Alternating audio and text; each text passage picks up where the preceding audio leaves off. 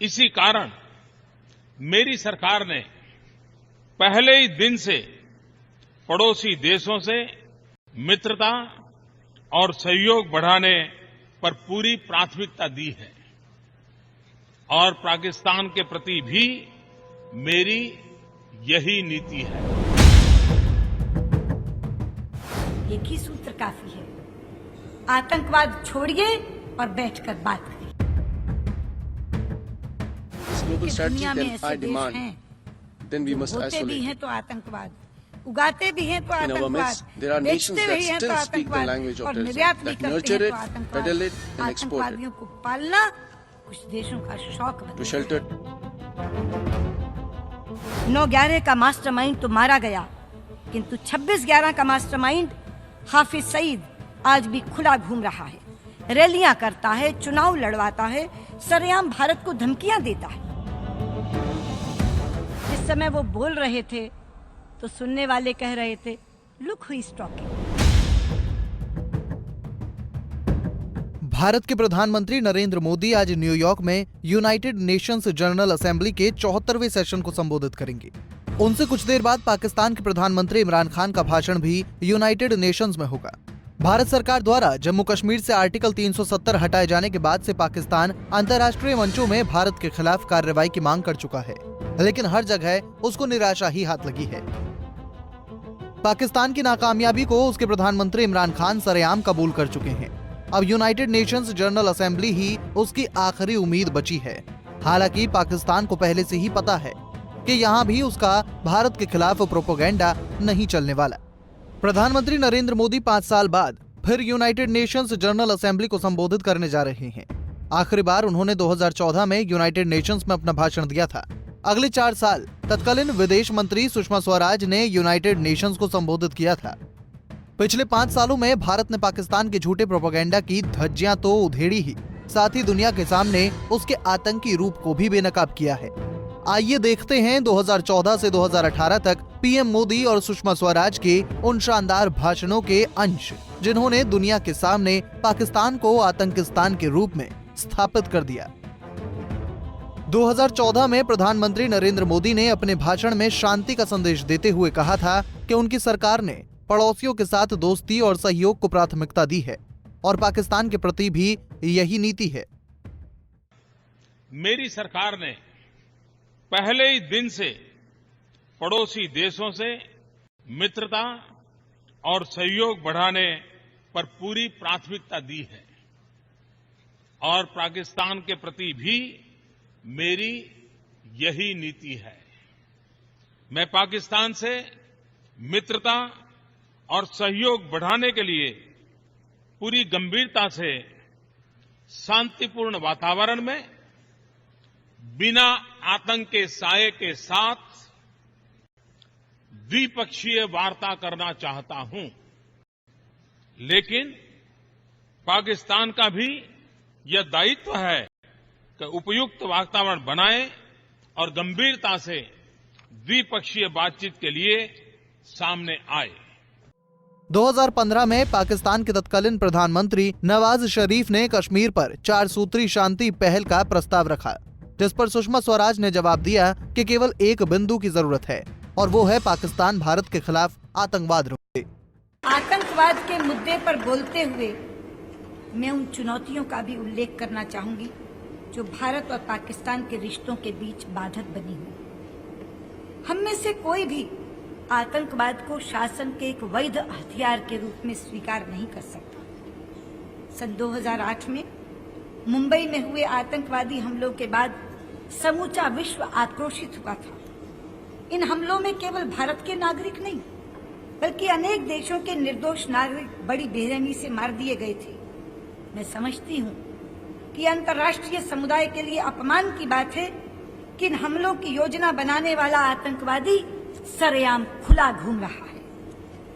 आतंकवाद के संबंध में पूर्व में दिए गए आश्वासनों पर अमल करने की बात तो दूर, सीमा पार से हाल ही में भारत में नए हमले हुए हैं। 2 हमलों में तो हमने सीमा पार के 2 आतंकवादी जिंदा पकड़े हैं। हम सब जानते हैं कि ये हमले भारत में अस्थिरता फैलाने और भारत के जम्मू और कश्मीर राज्य के कुछ हिस्सों पर पाकिस्तान द्वारा किए गए अवैध कब्जों को वैध बनाने और शेष पर उसके दावे को पुष्ट करने के उद्देश्य से किए जा रहे हैं। इस अवसर पर मैं भारत पाकिस्तान वार्ता के विषय में भी अपना दृष्टिकोण स्पष्ट करना चाहूंगी। अध्यक्ष जी, भारत हर विवाद का हल वार्ता के जरिए चाहता है, किंतु वार्ता और आतंकवाद साथ साथ नहीं चल सकते।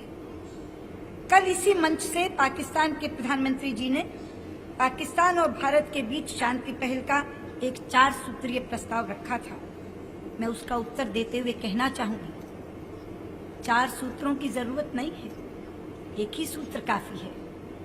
आतंकवाद छोड़िए और बैठकर बात करिए। यही एक सूत्र सारी समस्याओं का समाधान कर देगा। और मैं याद दिलाना चाहूंगी कि ठीक यही चर्चा आप दोनों प्रधानमंत्रियों के बीच, पाकिस्तान और भारत के प्रधानमंत्रियों के बीच उफा में हुई थी। आप दोनों में ये सहमति बनी थी कि सीमा पर शांति बनाए रखने के लिए दोनों देशों के डीजीएमओज आपस में बात करेंगे और आतंकवाद से संबंधित हर मुद्दे पर बात करने के लिए दोनों देशों के एनएसएस, राष्ट्रीय सुरक्षा सलाहकार, आपस में बात करेंगे। वो बैठकें अभी तक हो नहीं पाई हैं। हम चाहते हैं कि वो बैठकें हों और मैं इस मंच से विश्वास दिलाती हूं कि अगर उन बैठकों से विश्वसनीय परिणाम निकलते हैं तो भारत और पाकिस्तान के बीच सभी अनसुलझे मुद्दों को सुलझाने के लिए भारत तुरंत द्विपक्षीय वार्ता करने के लिए तैयार होगा।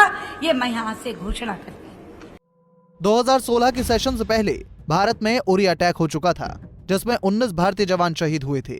सुषमा स्वराज ने पाकिस्तान पर निशाना साधते हुए कहा कि अगर पाकिस्तान सोचता है कि इस तरह के हमले से वो भारत के हिस्से को हड़प लेगा तो वो ये सपना देखना बंद कर दे।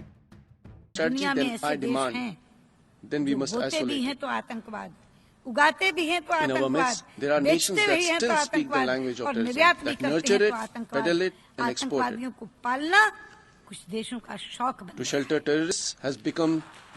ऐसे शौकीन देशों की पहचान करके उनकी जवाबदेही सुनिश्चित की जानी चाहिए और ऐसे देशों को भी चिन्हित करना चाहिए जहां संयुक्त राष्ट्र द्वारा प्रतिबंधित आतंकवादी These nations in which UN designated terrorists roam freely, lead processions and deliver their poisonous sermons of hate with impunity are as culpable as the very terrorists they harbor. ऐसे देशों की विश्व समुदाय में कोई जगह नहीं होनी चाहिए। Such countries should have no place in the Committee of Nations. अध्यक्ष जी, Mr. President, किस तारीख को इसी मंच से पाकिस्तान के on 21st September, the Prime Minister of Pakistan used this podium to make baseless allegations against human rights violations in my country. का उल्लंघन हो रहा है। मैं कहना चाहूंगी कि जिनके अपने I can only say that those accusing others of human rights violations would do well to introspect एक बार बगल में झांक कर देख लें क्या and हो रहा है see बलूचिस्तान में। what egregious abuses they are perpetrating in their own country, including in Balochistan. मैं कह सकती हूँ यहाँ के आज जो बलूचिस्तान में हो रहा है वो यातनाओं की पराकाष्ठा है। The brutality against the और Baloch दूसरी people बात उन्होंने कही represent the worst form of कि state भारत जो operation. शर्तें And the second बातचीत के thing लिए what लगा रहा है वो हमें was said, मंजूर नहीं है। the Prime Minister of Pakistan also said that India has placed preconditions for talks which are not acceptable to him. What preconditions?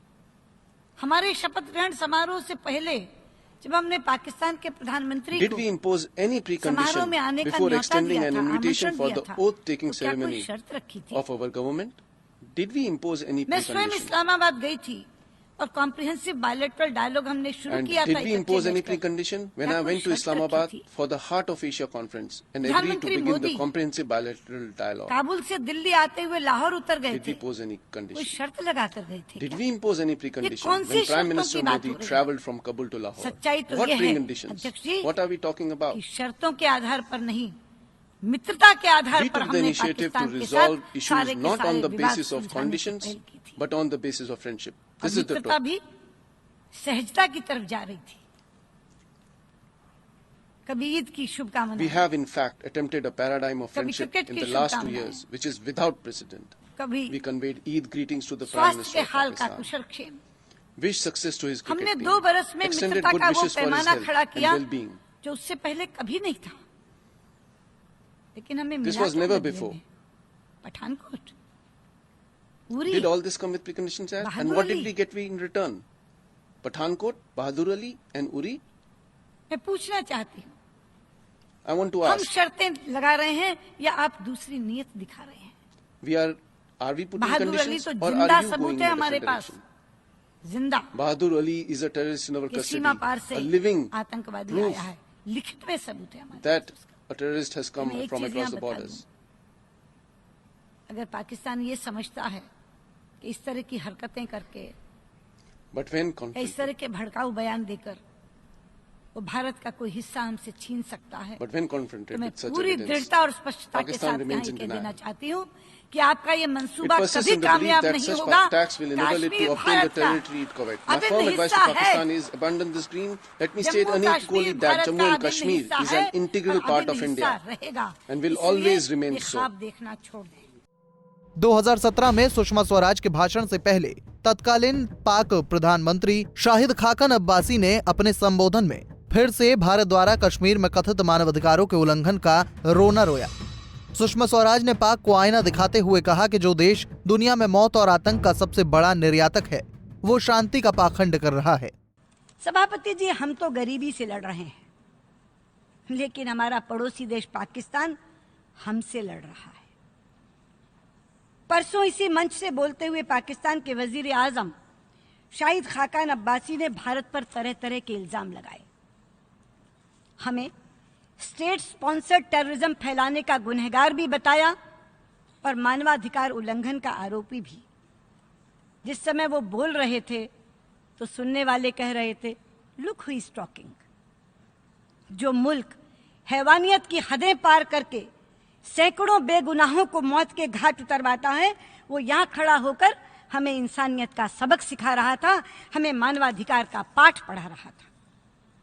Pakistan के वजीर आजम ने कहा कि मोहम्मद अली जिन्ना ने पाकिस्तान को शांति और दोस्ती की विदेश नीति विरासत में दी थी। मैं उन्हें याद दिलाना चाहूंगी कि मोहम्मद अली जिन्ना ने शांति और दोस्ती की नीति विरासत में दी या नहीं थी, ये तो इतिहास बहुत अच्छी तरह जानता है, लेकिन ये एक सच्चाई है कि प्रधानमंत्री मोदी ने शांति और दोस्ती की नीयत जरूर दिखाई थी। उन्होंने सारी रुकावटों को पार करते हुए दोस्ती का हाथ आगे बढ़ाया, किंतु कहानी बदरंग किसने की, अब्बासी साहब, इसका जवाब आपको देना है, मुझे नहीं। वो यहां खड़े होकर संयुक्त राष्ट्र के पुराने प्रस्तावों की बात भी कर रहे थे, पर क्या उन्हें याद नहीं कि शिमला समझौते और लाहौर डिक्लेरेशन के अंतर्गत हम दोनों देशों ने यह निर्णय किया है कि हम आपसी मसलों को इकट्ठे बैठकर के हल करेंगे, किसी तीसरे की मध्यस्थता स्वीकार नहीं करेंगे। सभापति जी, सच्चाई तो यह कि पाकिस्तान के सियासतदानों को याद तो सब कुछ है, लेकिन अपनी सुविधा के कारण वो उसे भूल जाने का नाटक करते हैं। पाकिस्तान के वजीर आजम ने कॉम्प्रिहेंसिव डायलॉग की बात भी की। मैं उन्हें याद दिला दूं कि 9 दिसंबर 2015 को हार्ट ऑफ एशिया के सम्मेलन के लिए जब मैं इस्लामाबाद गई थी, तो उनके नेता और उस समय के वजीर आजम नवाज शरीफ की सरपरस्ती में नए सिरे से डायलॉग शुरू करने का फैसला हुआ था और उसे नया नाम भी दिया गया था। नाम था कॉम्प्रिहेंसिव बायलैटरल डायलॉग। बायलैटरल शब्द सोच समझकर डाला गया था ताकि कोई संदेह, कोई शक शुबा, कोई डाउट रह ही ना जाए और यह निश्चित हो जाए कि बातचीत केवल दोनों देशों के बीच में होनी है, किसी तीसरे की मदद लेकर नहीं। लेकिन वो सिलसिला आगे क्यों नहीं बढ़ा, इसके लिए भी अब्बासी साहब जवाबदेह आप हैं, मैं नहीं। सभापति जी, आज इस मंच से मैं पाकिस्तान के सियासतदानों से एक सवाल पूछना चाहती हूं कि क्या कभी आपने इकट्ठे बैठकर यह सोचा है कि भारत और पाकिस्तान साथ साथ आजाद हुए थे, लेकिन आज भारत की पहचान दुनिया भर में एक आईटी के सुपर पावर के रूप में बनी है और पाकिस्तान की पहचान एक दहशतगर्द मुल्क, एक आतंकवादी देश के रूप में बनी है। इसकी क्या वजह है, कभी सोचा है आपने? एक ही वजह है कि भारत ने पाकिस्तान के द्वारा दी गई आतंकवाद की चुनौतियों का सामना करते हुए भी अपने घरेलू विकास को कभी थमने नहीं दिया। 70 वर्ष के दौरान अनेक दलों की सरकारें आईं, लेकिन हर सरकार ने विकास की गति को जारी रखा। सभापति जी, हमने IITs बनाए, इंडियन इंस्टीट्यूट ऑफ टेक्नोलॉजी, हमने IIMs बनाए, इंडियन इंस्टीट्यूट ऑफ मैनेजमेंट, हमने एम्स जैसे अस्पताल बनाए, all India institute of medical sciences, हमने अंतरिक्ष के क्षेत्र में विश्व प्रसिद्ध संस्थान बनाए। और पाकिस्तान वालों, आपने क्या बनाया? आपने लश्कर-ए-तैयबा बनाया, आपने जैश-ए-मोहम्मद बनाया, आपने हक्कानी नेटवर्क बनाया, आपने हिजबुल मुजाहिदीन बनाया, आपने आतंकवादी ठिकाने बनाए, आपने टेररिस्ट कैंप्स बनाए। सभापति जी, हमने स्कॉलर्स पैदा किए, हमने साइंटिस्ट पैदा किए, हमने इंजीनियर्स पैदा किए, हमने डॉक्टर्स पैदा किए। पाकिस्तान वालों, आपने क्या पैदा किया?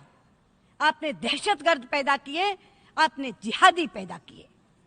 और आप जानते हैं कि डॉक्टर्स मरते हुए लोगों की जिंदगी बचाते हैं और जिहादी जिंदा लोगों को मार डालते हैं। और आपका जिहादी संगठन केवल भारत के लोगों को नहीं मार रहा, वो हमारे पड़ोसी देश अफगानिस्तान और बांग्लादेश के लोगों को भी मार रहा है, वो भी उनकी गिरफ्त में है।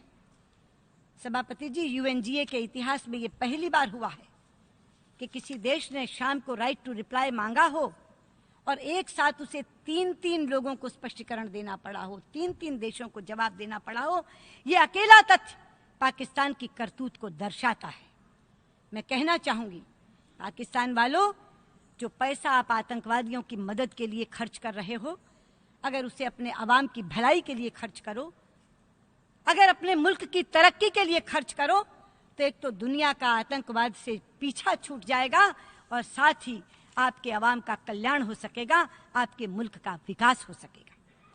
2018 में सुषमा स्वराज ने अपने पाकिस्तानी समकक्ष शाह महमूद कुरैशी के बाद UNGA को संबोधित किया। अपने संबोधन में पाकिस्तान पर हमला करते हुए सुषमा स्वराज ने कहा, हमारे मामले में आतंकवाद दूर देश से नहीं बल्कि हमारे पड़ोस से आता है। 20वीं शताब्दी की समाप्ति के बाद ये उम्मीद की जा रही थी कि 21वीं सदी में शांति और समृद्धि का युग प्रारंभ होगा, किंतु 9/11 की न्यूयॉर्क की घटना और 26/11 की मुंबई की घटना ने इन उम्मीदों पर पानी फेर दिया। आज आतंकवाद का राक्षस कहीं धीमी गति से तो कहीं तेज गति से विश्व के हर देश तक जा पहुंचा है। भारत तो कई दशकों से इसका दंश भोग रहा है और हमारा दुर्भाग्य है कि हमारे यहाँ आतंकवाद की चुनौती कहीं दूर देश से नहीं बल्कि सीमा पार अपने पड़ोसी देश से ही आई है। और वो देश केवल आतंकवाद फैलाने में ही माहिर नहीं है, बल्कि अपने किए हुए को नकारने में भी उसने महारत हासिल कर ली है। इसकी सबसे बड़ी मिसाल है ओसामा बिन लादेन का पाकिस्तान में पाया जाना। अमेरिका के इतिहास में 11 सितंबर 2001 की घटना सबसे बड़ी आतंकवादी घटना के रूप में देखी जाती है। इसीलिए उस घटना के मास्टरमाइंड ओसामा बिन लादेन को अमेरिका अपना सबसे बड़ा दुश्मन मानता था और पूरी दुनिया में उसे खोज रहा था। लेकिन उसे नहीं मालूम था कि खुद को अमेरिका का बहुत बड़ा दोस्त बताने वाले देश पाकिस्तान ने ही अपने यहाँ पनाह देकर उसे छिपा के रखा हुआ था। ये तो अमेरिका के खुफिया तंत्र की सफलता है अध्यक्ष जी कि उन्होंने ओसामा को वहाँ खोज निकाला, और ये अमेरिका की सैन्य शक्ति की उपलब्धि है कि उन्होंने उन्हें वहीं मार गिराया।